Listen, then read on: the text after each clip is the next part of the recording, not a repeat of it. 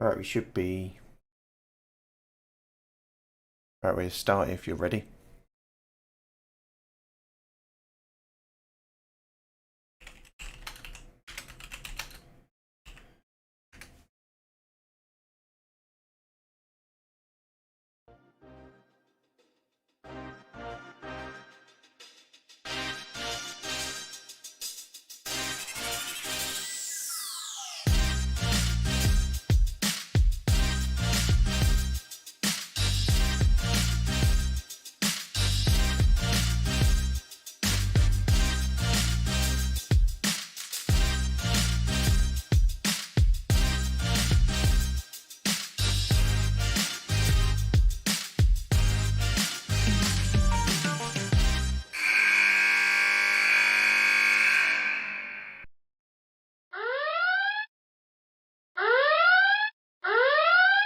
I'm Tass Mellis of The Starters. This is Ben Golliver with the Open Floor Podcast. Hi, I'm Kristen Ludlow from NBA Inside Stuff. I'm OG Anunoby of the Toronto Raptors. Hey, I'm Elena Donon, and welcome to the Double Clutch. Double Clutch. Double Clutch. Double Clutch. Double Clutch Podcast.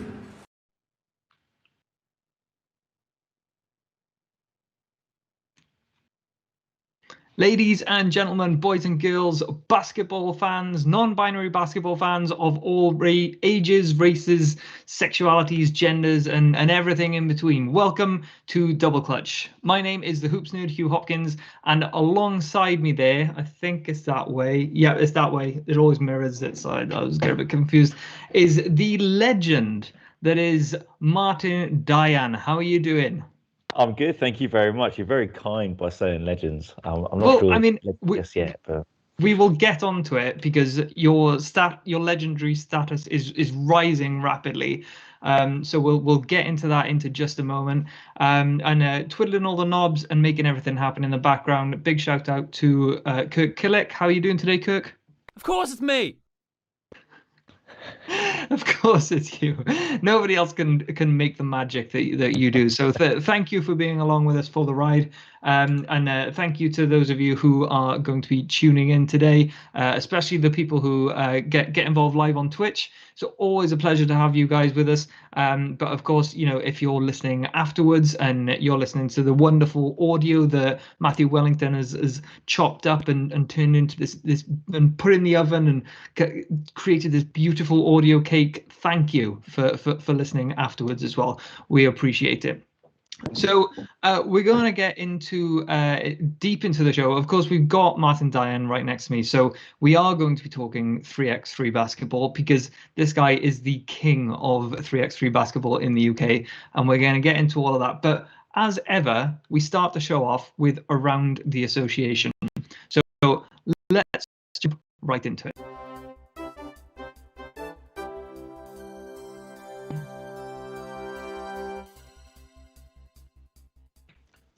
Welcome to Around the Association with me, Huw Hopkins. So it's been a pretty busy week, even though there hasn't been the NBA on, or the BBL or the WBBL for that matter. It has been a busy week in across the world of basketball. Of course, the world is sort of recovering from the Olympic break, where Team USA won the 5x5 in the men's and the women's tournaments, and also they won the women's 3x3 tournaments. But the NBA has been trickling along because free agency is starting to wind down a little bit, but summer league is coming to a close as well. But we are getting NBA trades still trickling through. So in the past 48 hours, Patrick Beverley, poor guy, has been traded twice. He was traded from the Clippers alongside Rajon Rondo, and then I think Rondo was waived, and Beverley was then traded onwards to the Minnesota Timberwolves, and the Grizzlies got back Jared Culver and Juancho Hernan-Gomez. So there is still stuff going on in the world of the NBA at the moment. In terms of the WNBA, the league, you know, it took its break of the Olympic break, but then it came back last week with the Commissioner's Cup. And despite the fact that Sue Bird, Brianna Stewart, Jewel Lloyd were playing for Team USA in the Olympics, and also Steph Talbot and Ezi Magbegor was playing for Australia in the Olympics. So they had 5 players playing in the Olympics and returned back on like the Sunday night. They then played a cup game, the Commissioners' Cup, the first ever Commissioners' Cup on Wednesday. And then they somehow, despite the fact that they were jet lagged and they were knackered from playing 2 weeks of tournament basketball, they won. The Seattle Storm won the first ever Commissioners' Cup by beating Connecticut Sun. So congrats to them. But there is still a lot happening. Normal games have resumed. So we're in the final sort of quarter of the WNBA season now. We've got the LA Sparks. They're now healthy. They've won 4 straight. The Washington Mystics have just brought back Elena Deladon. So, hopefully they can make some moves. But you do still have those top 3 of the Las Vegas Aces, the Connecticut Sun, and I think the Seattle Storm are still the team to beat. So there's a lot still going on there. Oh, and a big news today, joining the Seattle Storm is GB Basketball's very own Carly Samuelson. She's joining her sister, Katie Lou Samuelson, on the team. So congrats to her. Hopefully she can help the team make another championship run. In terms of this side of the pond, we've got WBBL news. We haven't been on in the past few weeks since this was announced, but we've got a brand new WBBL team starting up. Gloucester have launched the fact that they're going to be having the Gloucester Kings next season, but this season they're launching it with the Gloucester Queens. And there's already been some big signings there, including Melita Emmanuel Carr. So make sure you go check out their social media pages because they're doing a really good job at posting the fact that they've got this team and they want to be competitive. There's a fantastic podcast by Hoops Fix as well, by Sam Neater at Hoops Fix, with oh god, the guy's name is completely left me. I'll have to come back to you. But with the guy that's setting it all up, he's the guy that runs the BBL show, and he's a former Plymouth Raiders coach. So he's been around the block and he knows what he's talking about. He knows British basketball through and through. But for some reason, I can't remember his name. Apologies. You mean Coach J? What's that? Sorry. Were you referring to Coach J? Yes. Yeah. Coach Marriott. Is it Jay Marriott his second name? Jay Yeah, Marriott. Coach Jay Marriott. Yeah. Apologies, Jay. My bad. But in BBL news, we've also got good news that there will be basketball in Plymouth. There will be men's basketball in Plymouth next year. Unfortunately, we are losing the Raiders. The heritage behind the Plymouth Raiders is unfortunately going to die, which hurts a lot for the people like myself who went to Marjon University and followed the Plymouth Raiders. But we are getting the Plymouth City Patriots will be joining the BBL this year, so best of luck to them. But elsewhere in the UK, there has been some 3x3 basketball, and that brings us on to our guest today. So let's get back into the zone, because the past couple of weeks, the past couple of months even, it's been the Ball Out 3x3 tournament, which has been fantastic to see. Honestly, the whole country seems to be getting on board with this now. But before we get into that, let's celebrate what happened yesterday, which was the GG3X3 tournament. And we have the founder, the man who set it all up here, Martin. Congratulations, Martin. It seemed like, despite the fact that we're dealing with COVID still, it seems like this thing is getting bigger and better every year, and you are doing such a fantastic job at raising charity for money for charities for all these fantastic causes. But in memory of your friend George Goldstone, that's correct, yeah. But also you are raising the bar of 3x3 basketball in the UK, so a big thank you for that. Before we dive too much into the 3x3 stuff, tell us a little bit about you, because I'm pretty sure most people listening will know who you are. But who is Martin Dyan? How did you get into basketball? And yeah, what's your journey been like into the NBA in the UK community and the British basketball community? Yeah. Well, thanks very much for the kind words, I would like to say. And also it is an absolute pleasure and honour to finally be on the Double Clutch podcast. I say finally as if it was bound to happen, but I'm It was bound to happen. We were going to have you on at some point, Martin. Okay, fair enough. Yeah. No, but an absolute honour. Definitely one of the most professional podcasts out there, not just in the UK, but just generally that I've heard. So thank you guys. Yeah, I'm just a kid from Macron, and I had to start that way. No, I'm from Northwest London and from Stanmore originally. So when the train of the Jubilee says, the end of the Jubilee line, this is Stanmore, that's me. And I started getting into basketball when I was a kid. I remember my first kind of real experience of kind of playing with a lot of different people and enjoying the game was actually on my 9th birthday when I had a basketball football party, and I was the only person in my group of friends to do that, and everyone's like, why are you doing that? And I kind of had this fascination with it.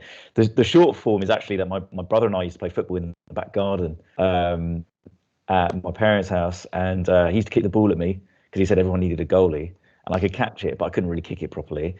But my sister had a netball hoop in the back.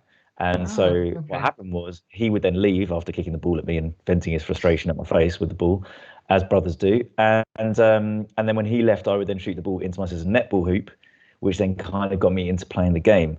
And then when we were kids, which I'm sure we'll get into at some point, my parents took me to Orlando. So that got me into it a lot more. Obviously, kind of Shaq era at that point. Of course. Or near the Shaq era, kind of nearing the end as well. And that just got me way into basketball and the NBA. So that's kind of what got me into it. And then when I was 12, I went to a club and started playing a bit more, and that kind of got me into not just following it and following the NBA, but also just playing the game as well. Cool. So your journey, is your brother older than you? Yes, he is. Yeah. So it seems like a similar story to mine. I mean, my brother was a basketball fan, so he was the one that sort of got me into basketball. But my brother wasn't kicking a ball at me, but he's a good couple of years older than me, so he was sort of posting me up and crossing me up and making me look stupid from a very young age when I basically had no coordination. Right.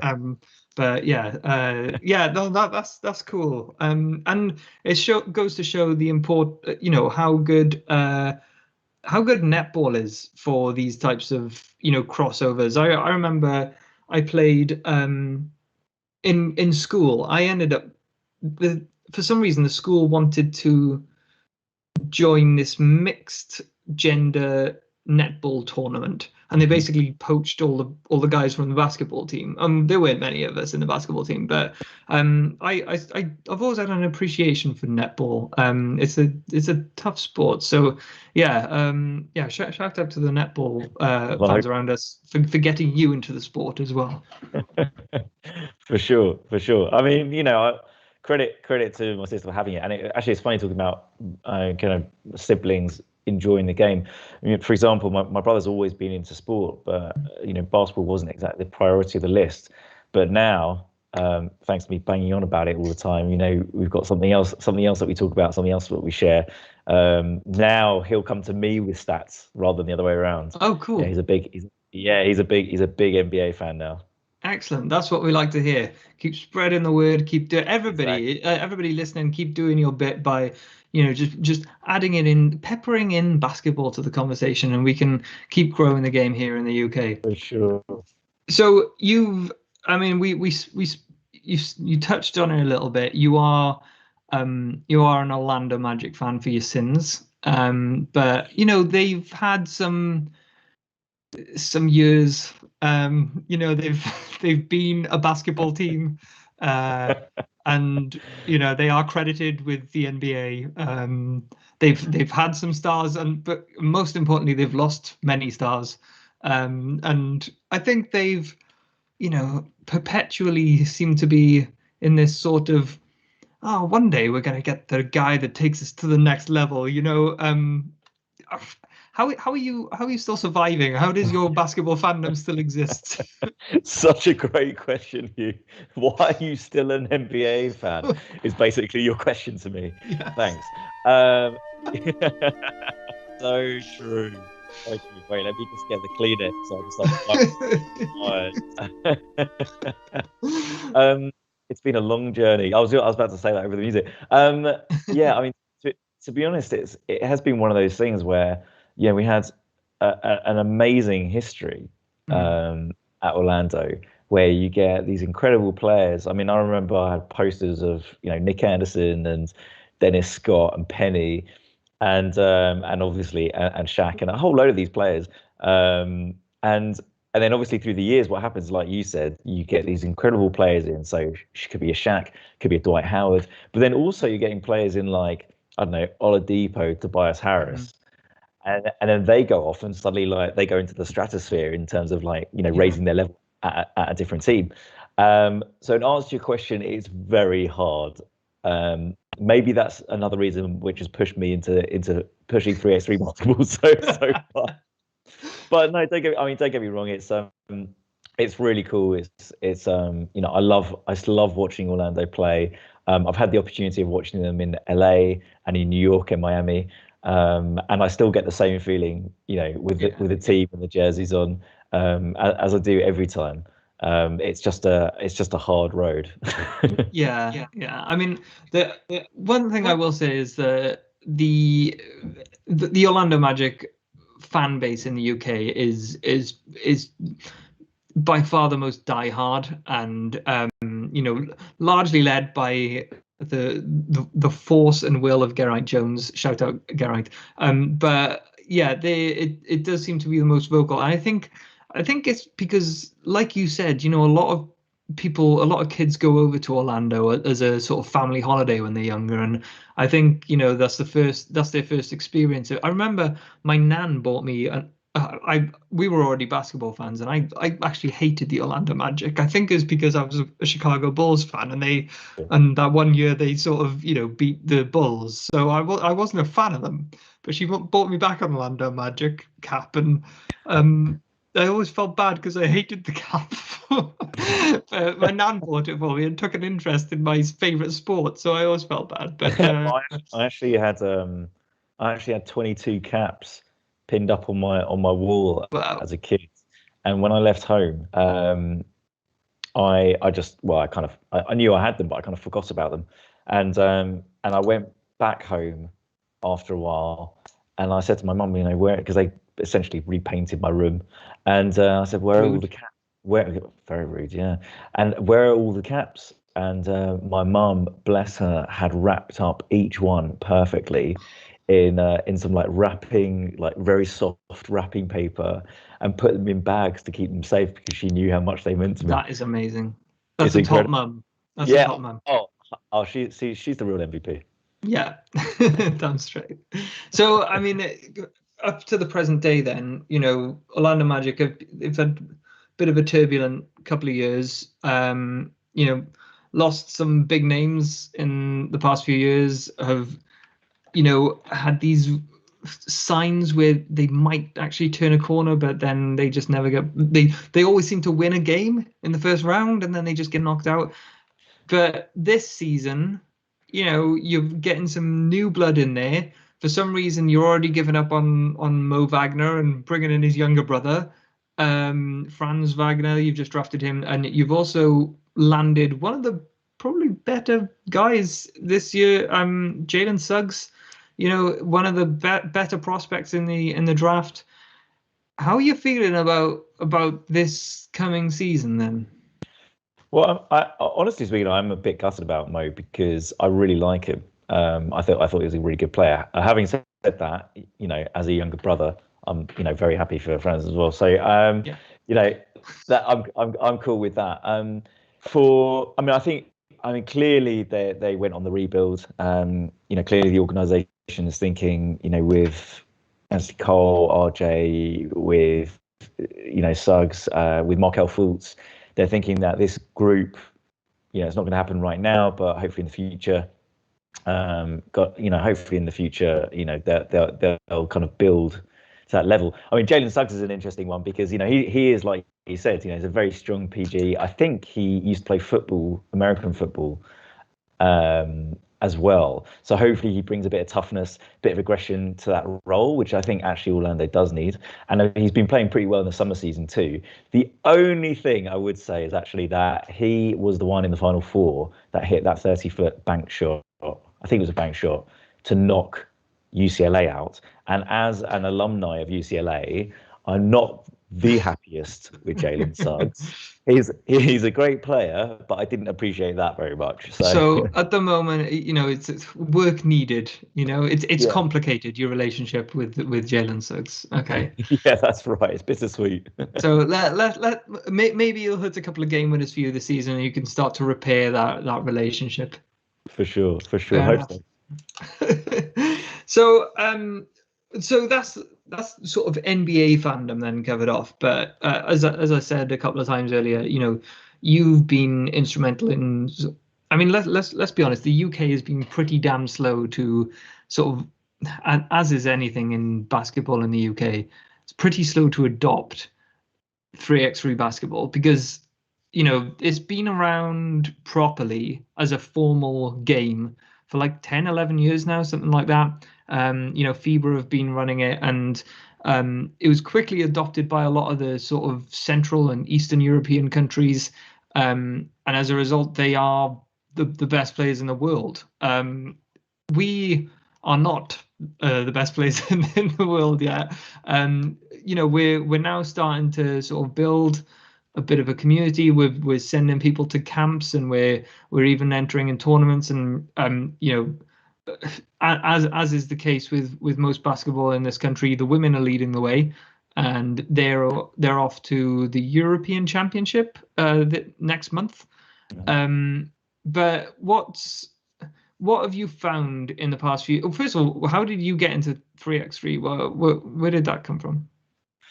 I think it was actually a combination of a couple of things. So one was, as you mentioned, I started the GG3X3 in memory of my friend George, and the reason why I chose 3-on-3 basketball is because, or 3x3 basketball as we should refer to it, is because I wanted something that was going to be really accessible. I wanted a version of the game that I didn't have to rely on a huge number of people entering. It's so natural to go to your local court, find a couple of players, and then you play against another few players and you play half court. Like I never go to a local court and I go, right, let's play full court 5-on-5. I never do that. No. You always tend to play half court. So I call 3x3 a natural evolution of the game. And but it's not even an evolution, it's just a natural form of the game for me. And I felt like creating 3x3 would be the best way of giving opportunities to even more people. And I wanted to create a vibe, for the first tournament. It was going to be very sentimental, very much focused on my friend George. And I wanted to really have as many people as possible and as many teams as possible. At that point, I was in the basketball community, but not a huge amount, and had to get in touch with a lot of people to try and get them there, to get them to the tournament.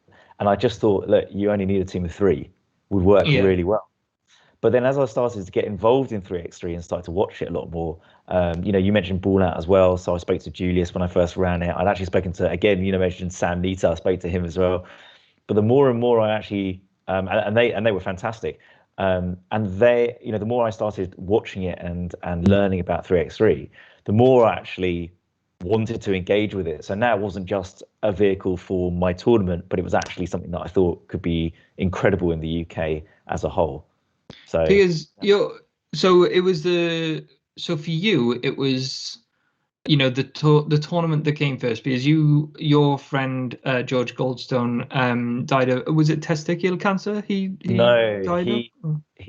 basically had a form of throat cancer that unfortunately then spread and went to liver and everything else as it does.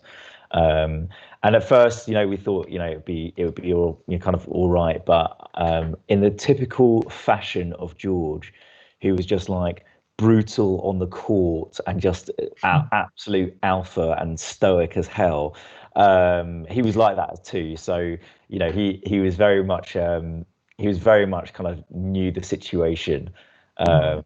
And yeah, so sadly it was a terminal thing that happened very, very quickly.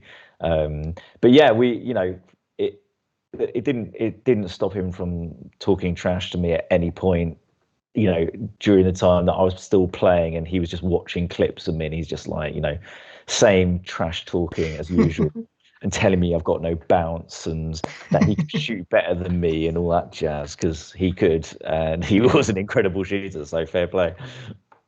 It must be nice then that you are still able to keep this going in his memory. It sounds like you were very good friends with him, and you've so it's obviously a terribly sad loss, and I hope I hope if you believe in those things, I hope you can look back on, or he can look back on these types of things and really appreciate the work that you've done in not just building that tournament, but also as a result, you have helped build an entire community of 3x3 basketball in the UK, and raised the awareness of not just cancer and not just the various charities you raise money for, but for the excellent work that you've done to support and grow the basketball community in this country. Well, I mean, well, first of all, thank you. But I mean, for me, it started off as being, let's remember George, but let's do it in a positive way. Let's do it in a way that isn't, being really somber and sad. We've had that moment, he passed away in 2016, and we had those moments. And so for me, it was like, okay, well, if we've had those moments, like, what can we do that is going to, do something that's positive that we can share? We had such a love for the game together. It was like he had a projector on his wall. He lived a couple of minutes away from me, which is random because he's from Leeds. He was studied in Manchester, and he moved down to London. He was like 2 minutes away from me, and him and his flatmate had this humongous projector and screen in his flat. And we would watch the All-Star game and NBA finals on the screen till stupid o'clock in the morning, basically. Cool. And I actually posted a video on Twitter yesterday, which was just me in the venue at the University of East London, just was everything was taken down and it was just empty again.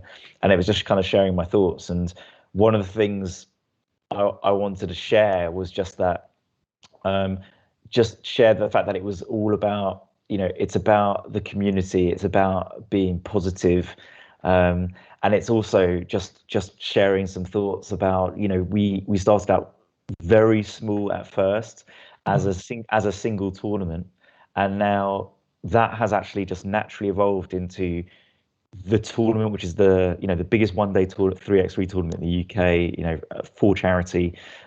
Kids, we now do kids clinics, good deeds in the community. And it's happened over such a short amount of time, which is incredible. And now it's the biggest non-profit basketball organisation focusing on 3x3 and driving positive social change. And that's because it wasn't about looking back and being sad about things. It was about, all right, well, what are the things that we used to share? A love for the game. All right, I love the game. Let's try and grow it as much as we can.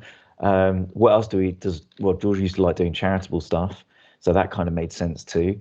And he was the most sociable person you'd ever know in your life. There wasn't a party that I went to where someone didn't know George. Yeah. And so, that element about, being friendly and community was incredible. And I said this on the video that, I may not have been able to kind of fill the void of a friend of mine, but I've lost a friend, and I've gained a basketball community, and I truly mean that. So it's been really, really special.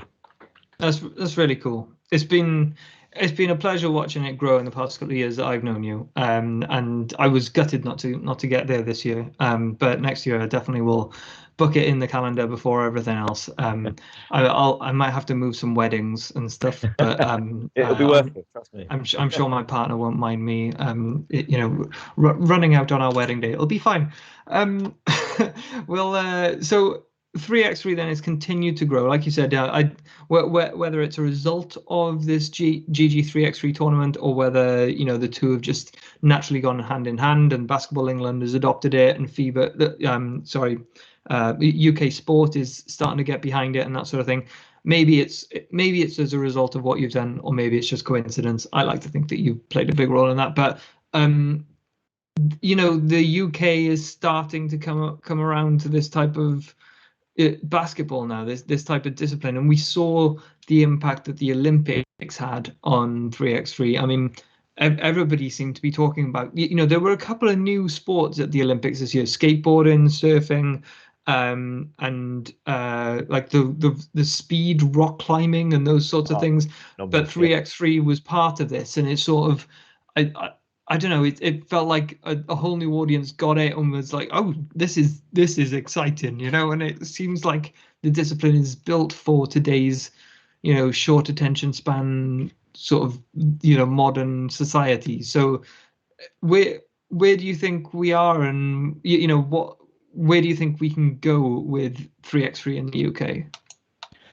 Oh, that is an amazing question. And there's so much we can do, and there's so far that we can go as the UK, and that's also why I push it so much, and that's why I try and do as much as I possibly can in 3x3 trying to grow it. I knew that the Olympics would make it more mainstream.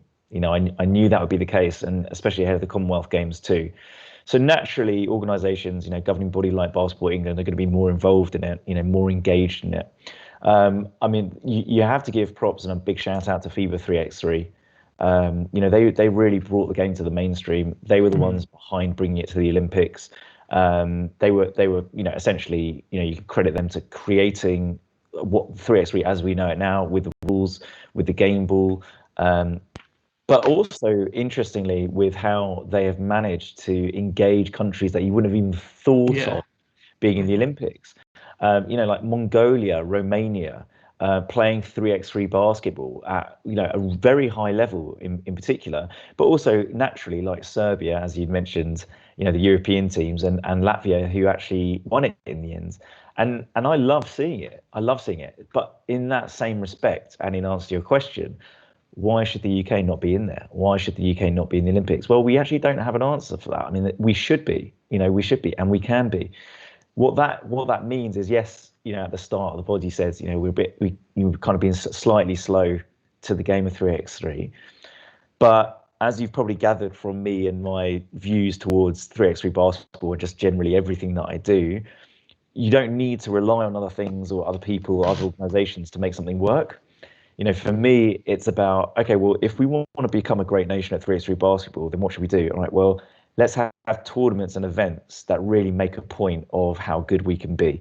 So I push the tournament as much as I can, obviously in George's name, but really to engage as many people as possible and raise the level of the competition.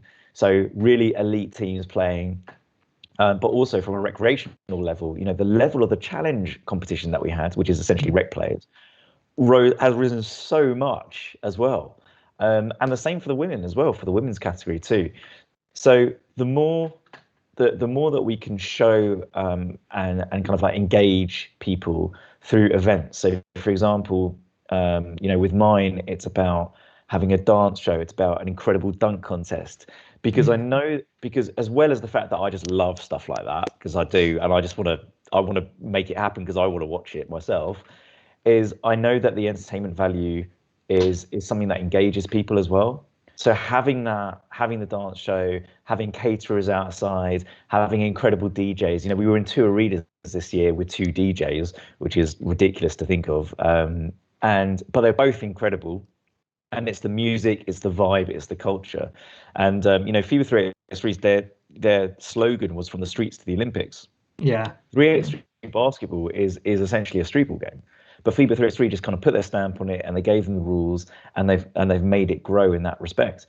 And so you could be absolutely any player on any court, and there is absolutely no reason why you couldn't suddenly become the UK's best 3x3 player and take us to the Olympics. It requires a lot more people to play it. It requires a lot more tournaments. And using the point system as well, because that's really important. The way if you play more games, you get more points as a player. Tournaments can provide points, which is kind of what we did. So if you're FIBA 3x3 endorsed, and as a nation, as a federation, there you can go up the scale, which gives us more opportunities to play on a kind of like on a world level. So we've got a bit of work to do, but it's happening. It's definitely, the ball is definitely rolling. Well, one of the things that I think the UK or Britain has is that actually I think our very top talent, we can field a team of 4 or 5 players, and they can hold their own with any other team in the league in the world. I don't think this country has ever had great depth, But I think, especially when you look at the women's side, you've got Temi Fag-Bentley.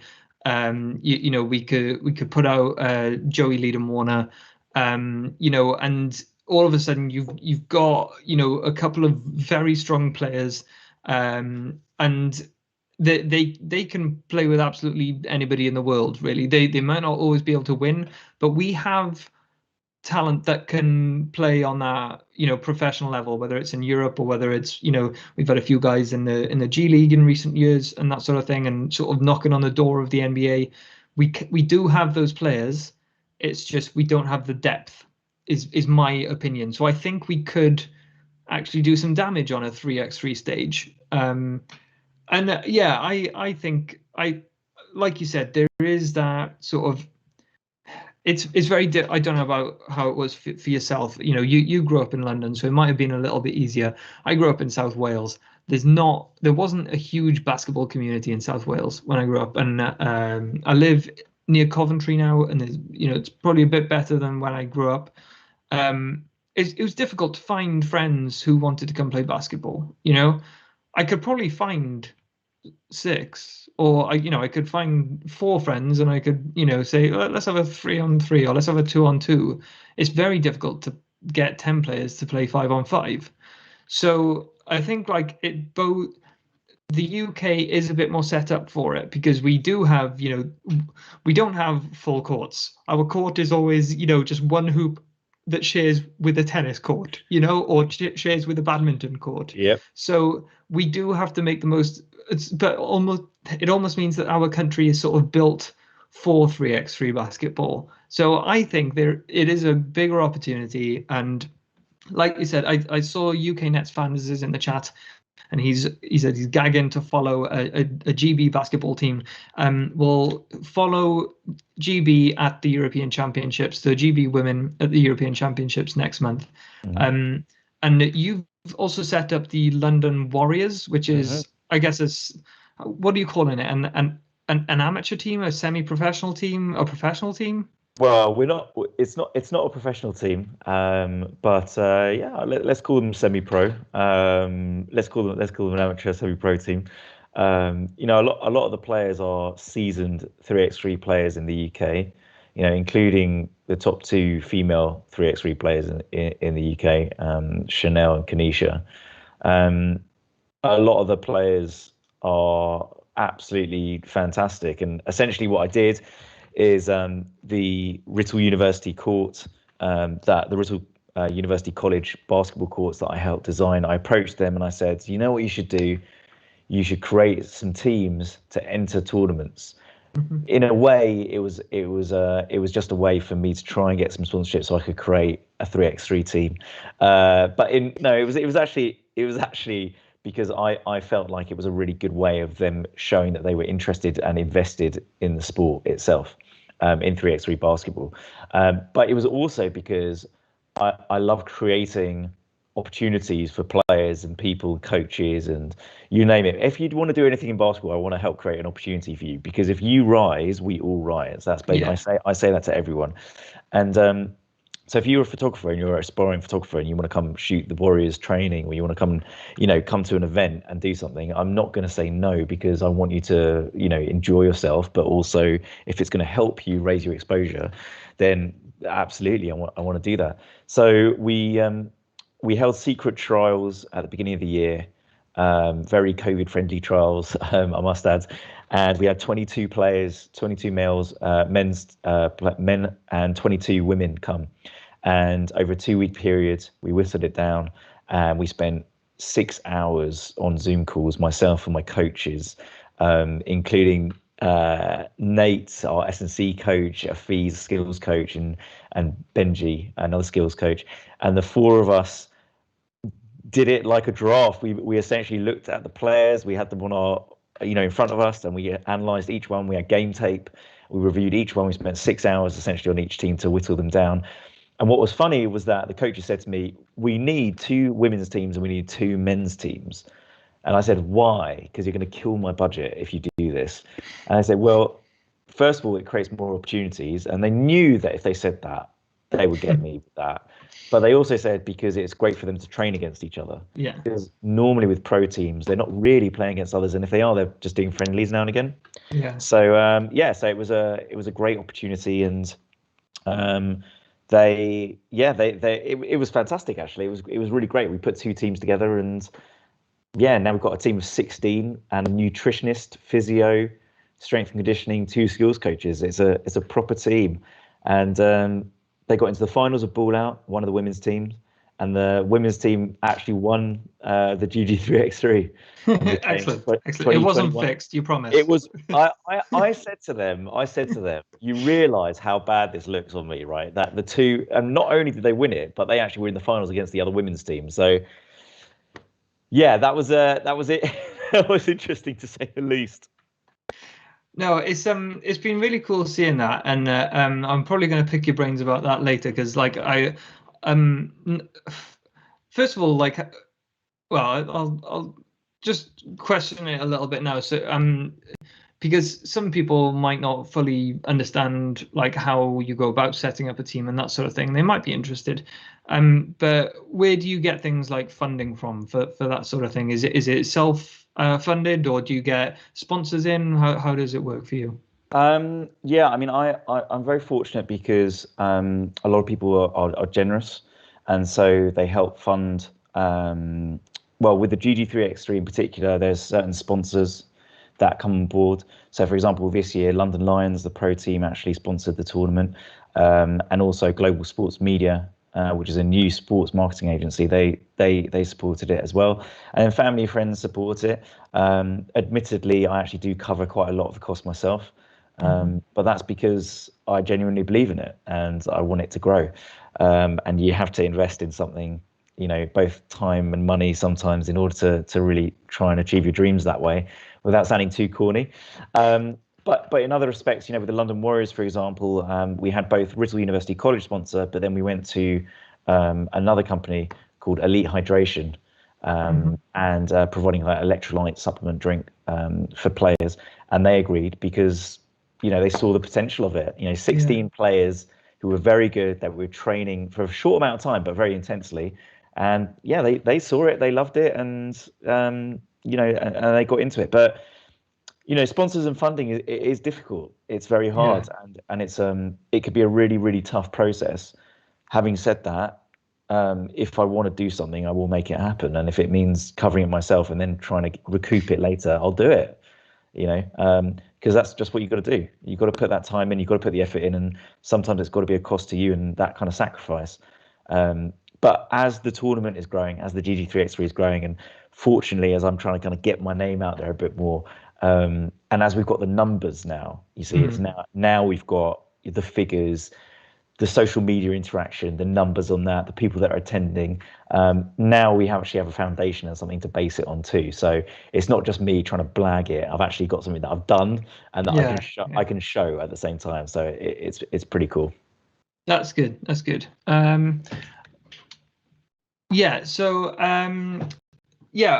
pick up a few questions from chat for a second, because there's been a few things that have come in. So someone's mentioned, I can't remember who it was. Yeah, you go sort that out, Martin. Thanks very much. I'll be back in 2 seconds. Okay, so Martin is just going to get his charger. But there's been a few things that have come up. So Mr. Beanie Beans said, in response to the European Championships, I think at the Commonwealth it'll be Basketball England, Basketball Scotland, Basketball Wales, etc. That's correct. So on a FIBA stage, for international basketball tournaments, all the home nations join together to essentially, represent Great Britain, represent the British flag. And when it comes to the Commonwealth Games, they separate off into their individual teams. That's the same for all sports, not just basketball.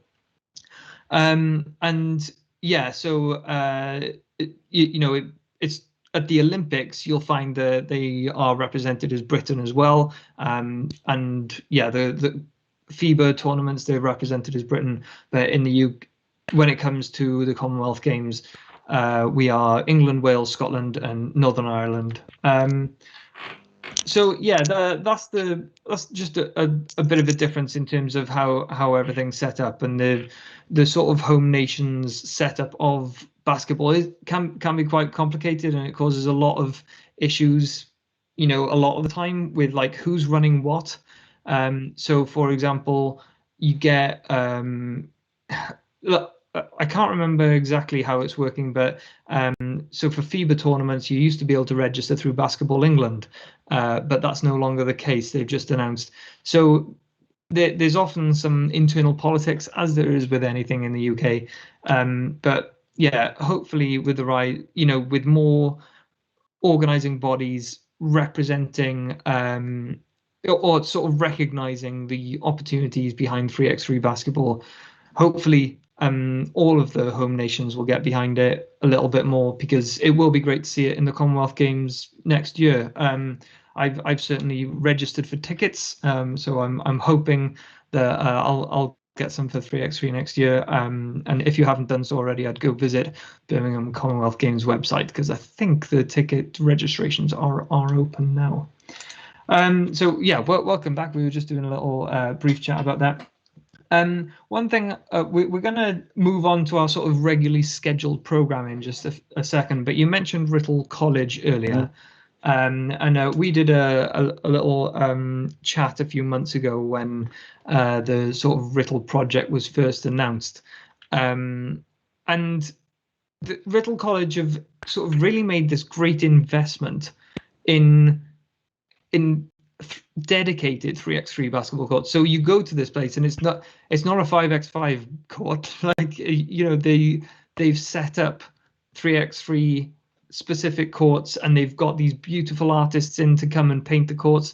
And how has this come about? Why is this random college and just decided, oh yeah, I fancy setting up a 3x3 court, let's find someone to do it. Hey Martin, what are you doing? How did that come about? Yeah, and then I was like, no, I don't really fancy it. Oh, actually, hold on one sec. Yeah, I'm not doing anything. Why not? No, I mean, it's amazing, and actually, that is the flagship. That sets the bar for other institutions and facilities, because it is quite honestly like that. You can just turn around and go, let's do it. But their reasoning was really interesting, and another reason why I wanted to engage in it. As kind of an institution that's been created I think they were founded in 1893, and they're an agricultural and essentially farming veterinary university, like Riddle University College. That's what they're known for. But in order to engage more students and attract more diverse backgrounds, people from a more diverse background, they thought, okay, well, let's do something that's modern, that's becoming engaging. And it was really a kind of an incredible vision from them to think, oh, let's not just do basketball and create some basketball courts, but let's create specific bespoke 3x3 basketball courts, which is a fascinating thought, really, for an agricultural college, really, and university. So back in October of 2020, I was approached, and probably because all I do is bang on about 3x3 basketball on Twitter and Instagram, and they just approached me and said, we want to create these courts. We don't really know much about basketball in general. We think we want to do 3x3 basketball. Why should we do that? Why do we want to do that? And will it do what we want it to do, essentially, which is, as I mentioned, to engage a way more diverse group of students and people, but also to engage the community around where they live.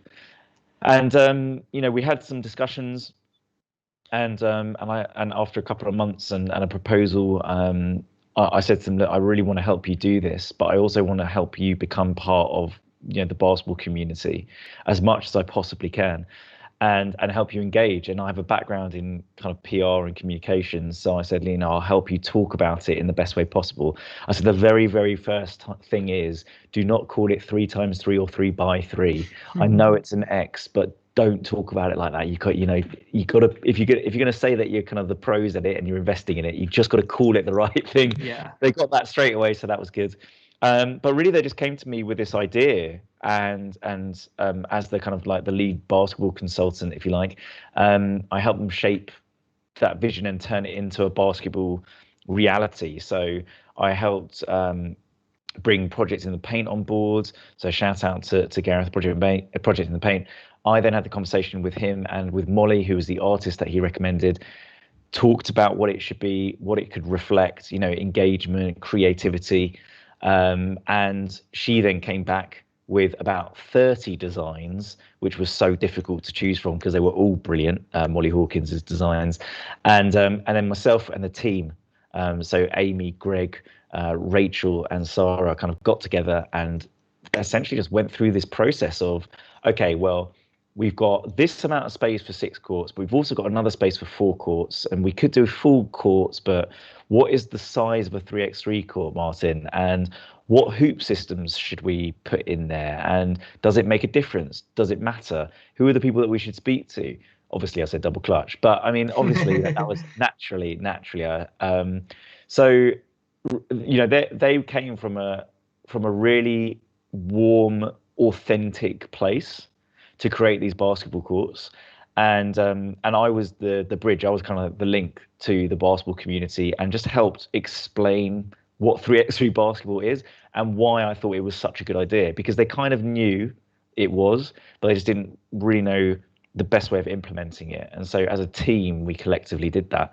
8 months later, 10 brand new basketball courts, absolutely bespoke, the most beautiful show court, one of the most beautiful ones I've ever seen. And I get to say that I actually painted a little bit of it. So, happy days. But it's interesting because this really goes to show, as I mentioned before, that facilities and institutions can do stuff like this. It really does set the bar. And I said to them, when you do your media release, when you do your press release, or when you talk about it or anything like that, you should be really proud of creating the first ever bespoke 3x3 courts in the UK. No one's done it yet. And that's also why 3x3 is so exciting. Because yes, okay, maybe we're a bit slower than other countries, but that also means there is a huge opportunity for anyone that wants to be in it. And that could be, you see, there you go, you can see it on the screen now, that design. When we first saw that design as a team, we had to pick between that and 5 other. We had whittled it down from about 30 designs to 6. And we spent about a week just going over each one. And then we thought, okay, yeah, that is the one. The colourful, bright colours, the craziness. And if you see the actual shots of the court, it's so eye-catching. It's so engaging. Actually, it's brilliant. Yeah, you did some awesome drone shots of you on the court a couple of weeks ago. So I recommend all listeners go to Martin's social media to check that out, because there's some fun pictures there. We're going to move on to regularly scheduled programming. We'll move slightly away from 3x3, but we will be coming back to it, so don't you worry. Because it is now time for Nick's Silly Nonsense. Nothing but Nick's silly nonsense. So it's an interesting one from Nick this week, because I've been spotting this the thing that he talks about on social media, and I didn't really fully understand it until he sort of articulated what the hell was going on in the world. So this week he says, the milk crate challenge is very real. If you had to pick from someone in the world of basketball as your favorite to complete the challenge, who are you picking and why? So if you guys listening don't know what the milk crate challenge is, basically people, how you get these sort of like the ice bucket challenge from a few years ago. People are getting together on social media. They're building a tower that goes up and down of milk crates. So you get 1 milk crate, then you stack 2 next to each other, then you stack 3 next to each other, then 4, until you've got a really high sort of little mountain. And it's incredibly difficult to walk up them and walk down them. And the challenge is, that people are earning a lot of money to actually get this, to complete this challenge of walking over them. So it's quite an athletic achievement, which is understandable why Nick is, offering up this question. You need to have good athleticism, good balance, good footwork. Tell me, have you got anyone in mind Martin, where when you see this question, who do you think would be good for the milk crate challenge? Well, that's such a good question, Hugh.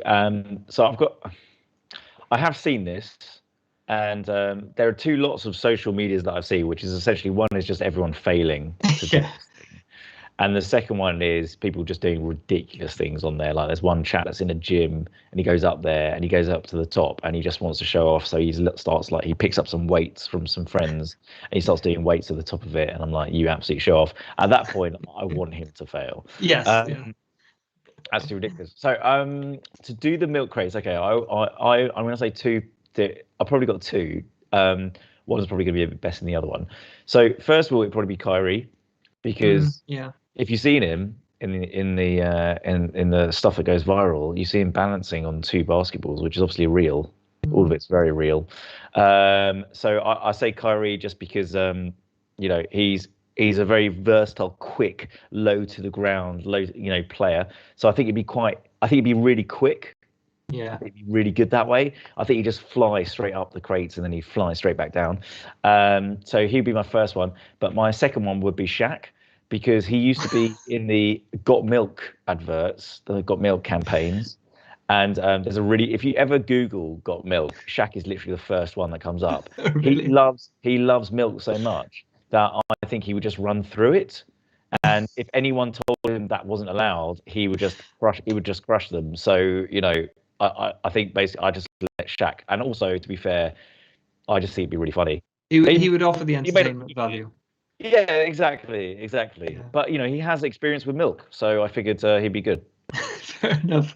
Yeah, my first thought was like LeBron, for the same reason that you said Kyrie, because like you always see him on social media doing these like yoga ball challenges where he's sort of balancing. But then I thought the person with the best footwork and the best sort of balance and the best knowing how to contort his body in the NBA, my opinion, is DeMar DeRozan. Having watched him in San Antonio for the past few years, obviously he's with the Bulls now, but even before in Toronto, he was sort of known around the league for having really good footwork. So that's who I would have gone with. But yeah, I like your shout about Kyrie Irving. I hadn't thought about him. I think yours are great though. I think what we should do is try and pit them up against each other. I'll give them a call and see what happens. That sounds sounds good. So we have had a couple of we'll move on a little bit to talking on D. So if you're not part of our Discord channel, come and join us, because we've always got different topics chatting. We've got different channels where we talk about 90s wrestling, for those of you who enjoy 90s wrestling, and we've just got a gifts channel for people who just want to post silly gifts. But we do also talk about we've got our WNBA channels, our BBL channels, our trash talk channels. So make sure you come and join us. It's discord.me/doubleclutch.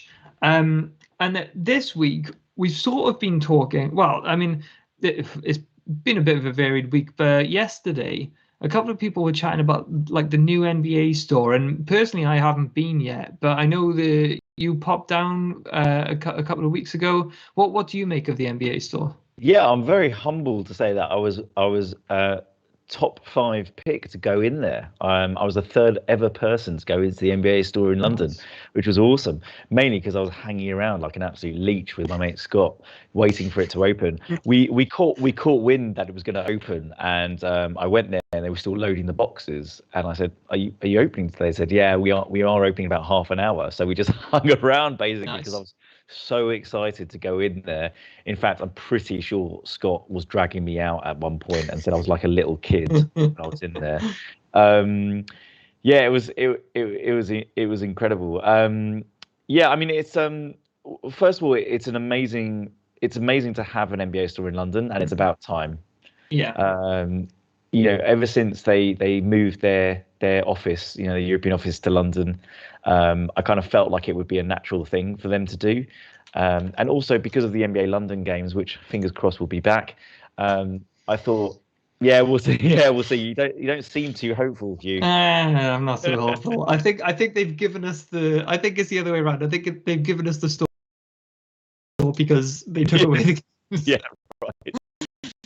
Yeah, very true. Yeah, yeah, it's very possible. I mean, it's not as big as some other stores that I've been to. It's certainly not as big as the New York one, but walking in and seeing all the NBA all the NBA gear, the jerseys, the new Wilson balls, and then going downstairs, seeing the Mitchell and Ness, the authentic jerseys too. And you'll be proud of me, Hugh, because it was my first ever WNBA purchase. I bought an Aces t-shirt from there because I Excellent. actually love the logos of the WNBA. Like, I absolutely love them. I think the They've design got incredible. they've got much better branding than the NBA in my opinion. So good. It's Yeah. so good. And that stemmed because I was gifted a what I call a Kobe hoodie. The orange WNBA hoodie this a couple of months ago. Shout out Sevienne. And that was it was so nice to have, but it kind of made me think, oh, actually, you know what? I actually really love the branding. Went to the NBA store. It's a small section, but I believe it will grow. Okay, that's good to hear. I mean, I don't know that for a fact, but I believe it will. And I mean, to have a permanent NBA store in London is amazing. Long may it be there, and long may it set the tone for maybe other cities in the UK. Who knows? Yeah, fingers crossed. Fingers crossed. You got plans to go down there then?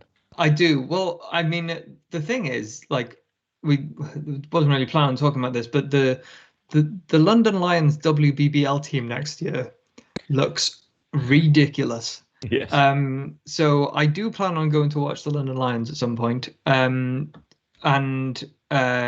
think I might make a little trip to London.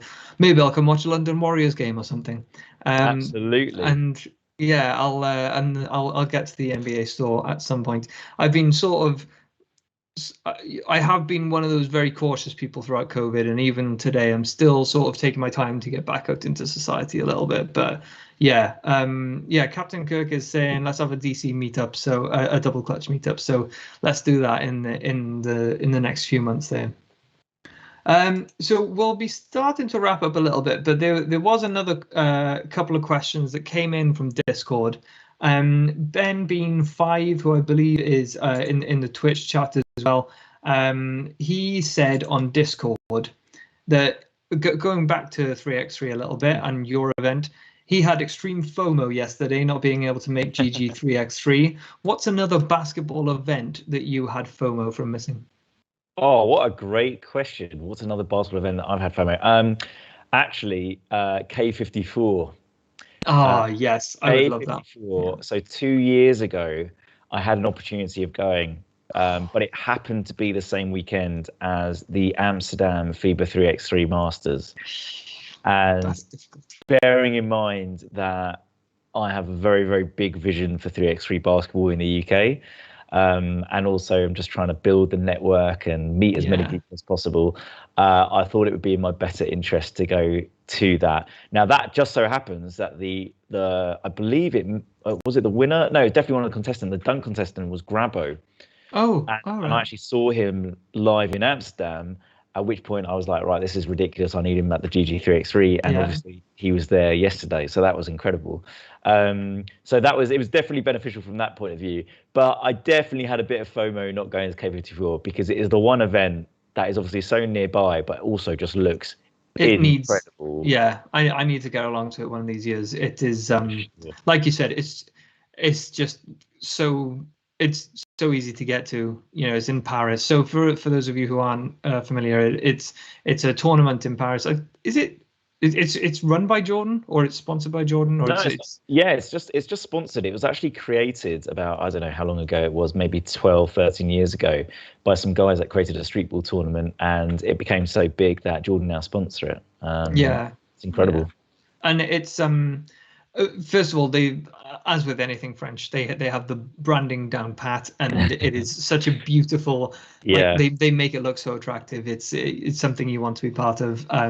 If you ever get the opportunity to go over to Paris for that, I would definitely recommend it. I'm going to be doing so the first opportunity that I get.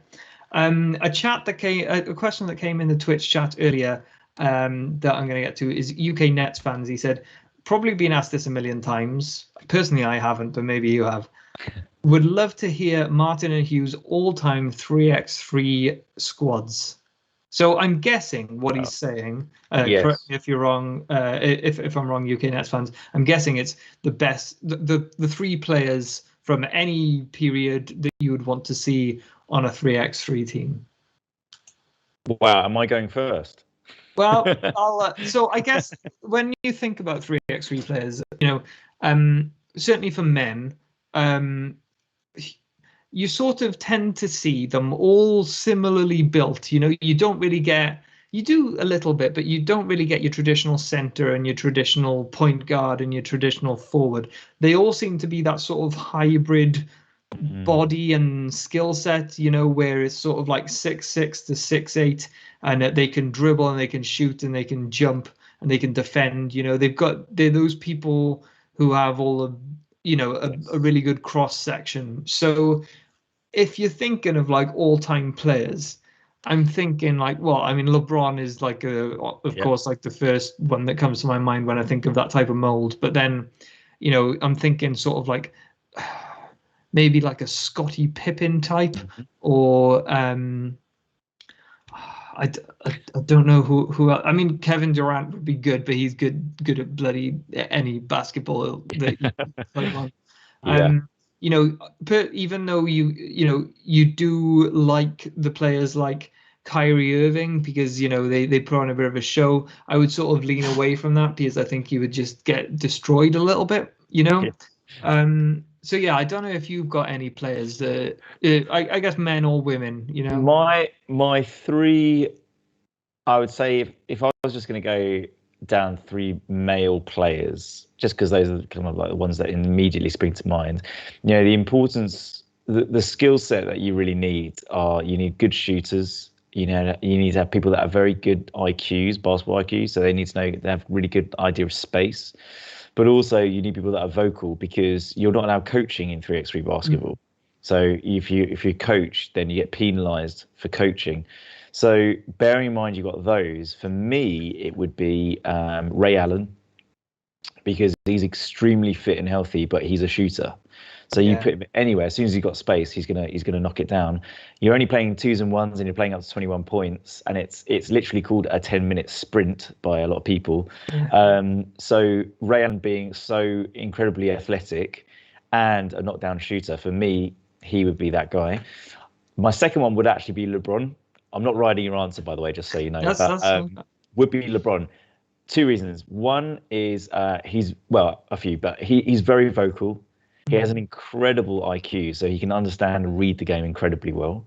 As you know by him, like in press conferences, just doing the most insane breakdowns of like the 30th second in the second quarter. Like, it's just insane. But he's also a great player on both ends, and also just his build is very much made for that. And my third one would be a chap called Dusan Bullet, who is the most well-known 3x3 basketball player in the world, currently playing in the Big Three. He was meant to be in the Big Three before the Olympics, but the FIBA body said that you can't play professionally in Big Three if you want to be in the Olympics. So that's why he wasn't in it. But then as soon as the Olympics... that's so interesting. As soon as the Olympics finished, you'll notice that as soon as the Olympics finished, he went... Is it because it wasn't a FIBA-approved tournament? Yes, I believe so. Yeah, it was something to do with professionally playing. I can't remember the exact details behind it, but he had received an offer and turned it down because it meant that he wouldn't have been able to play in the Olympics. But so you also had like WNBA players and NBA, playing. Yeah, there was just something about it. I should definitely look it up. It's definitely worth. I'm gonna look into that. But you'll notice how he's now playing for the Big Three immediately after. But you'll and that's essentially. He's like the top ranked player in the world at the moment. Yes, exactly. Yeah, he is essentially the best 3x3 player in the world. And so if you put him in there, you put LeBron in there, and then you put Ray Allen. I mean, obviously you have 4 in a team, so there's a sub. But those 3 for me. Well, Mr. Beanie Beans has a good offer for the sub. He suggested T-Mac. I guess peak T-Mac would be a very, he's perhaps not as vocal as some of those other players, but he at his peak he could do it all. He was an incredible shooter, incredible ball handler, He could defend well as well, underrated defender. And I think, super athletic in the fourth quarter. I call 3x3 basketball fourth quarter basketball because it is the most intense. It's the most intense 10 minutes that you're going to play. And obviously, T-Mac, well, okay, it wasn't an Orlando moment, but it was in Houston, when he hits those, what was it? Is it 13? 8 points in 8 seconds. No, was it? Oh, I can't remember. I'm trying to remember the exact how many points. Yeah, it was 8 points in 8 seconds was Reggie Miller. I think it was 13, 9 points in 13 seconds or something. There was a 13 in there, definitely, for sure. Yeah. But he hit that and hit those shots in 13, I think it may be in 30 seconds, and it was just unbelievable. So you put someone like that, like T-Mac, you're right, he's not as vocal, but under pressure, he can knock it down, and he's incredibly athletic. And doing that in the fourth quarter when you're exhausted is 13 points in 35 13 seconds. points. Thank you very much. There we go. There was a 13 in there somewhere. Yeah, thanks, Kirk. Just when I brought it up and I had to draw a blank. Yeah, that was good of me. But there we go. Thank you very much. 13 points, 35 seconds. Yeah. So I think a T-Mac is a really good shout. Yeah. Yeah. No, it's it's been really fun talking to you about it again. We've obviously had chats in the past, but I always enjoy talking 3x3 and learning a bit more about you, and hopefully some of the double clutch people who haven't necessarily done a deep dive on you like I have, because I'm a fanboy, hopefully they've enjoyed learning a bit more about you. But I think we'll leave it there. We've taken up much more of your time than I promised we would.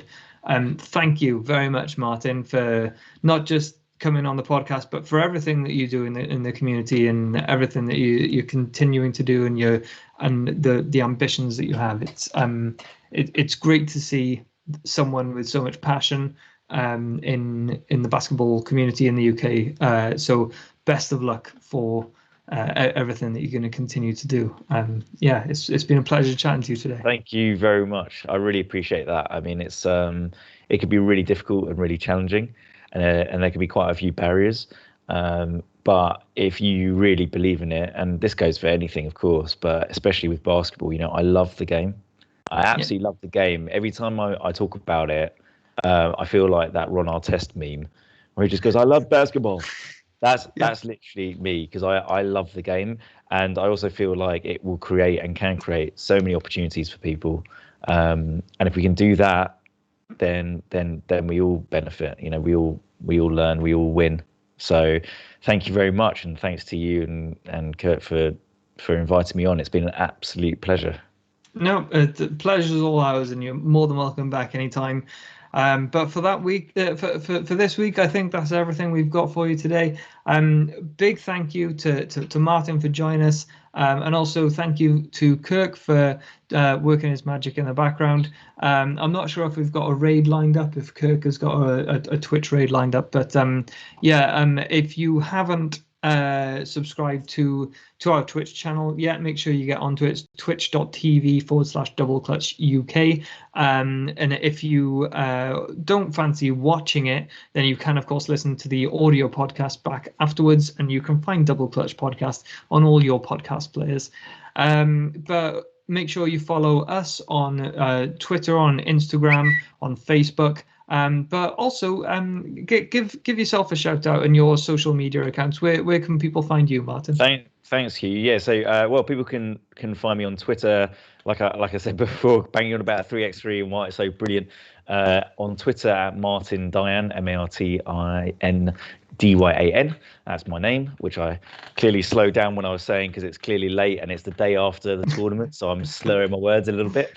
So Martin Dyan on Twitter, or you can follow at the GG3X3. So GG3X3, the GG3X3 on Instagram, on Facebook, and now because of our new partnership with TikTok, we're back on TikTok now. So yeah, exactly. Very happy with that as well. So back on TikTok, so you can follow us on there as well. Excellent. Great to see. Well, best of luck, and make sure you go follow Martin, and we will we'll leave that for this week because I'm starting to slur my words as well because I'm pretty tired as well. But thanks for everybody for tuning in, and make sure you go follow us and go follow Martin on all that jazz. Big thanks to Kirk as well, and big thanks to Matthew Wellington for editing this afterwards. But for now, peace. Basketball it is. Basketball. Oh boy, oh boy.